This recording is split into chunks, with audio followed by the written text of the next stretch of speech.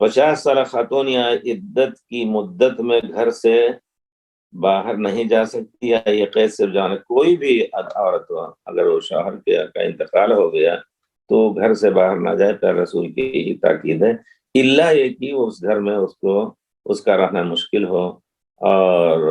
اس کے عزت اور آبرو کا بھی خطرہ ہو، جان کا خطرہ، کوئی بھی چیز ہو ایسی۔ لیکن اگر کوئی اس گھر میں، اور شوہر کے جس گھر میں خبر آئی ہے اور شوہر کے گھر میں رہتی تھی اگر،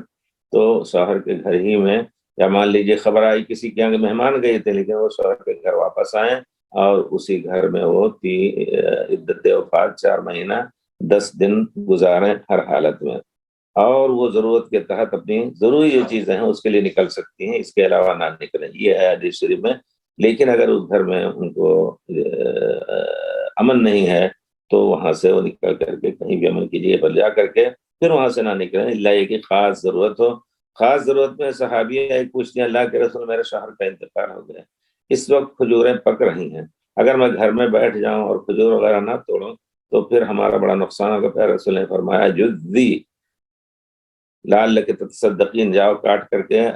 کھجور اکٹھا کرو اور اس میں سے کچھ صدقہ دو گی تو وہ بھی اجر تمہیں ملے گا، اشارہ فرمایا پیارے رسول نے۔ تو گویا اس قسم کے کاموں کے لیے، یا بیمار ہے ڈاکٹر کے پاس جانا ہے اور کہیں جانا ہے، لیکن عام اس طرح گھومنا یا نکلنا، مسجد تک جانے کو بھی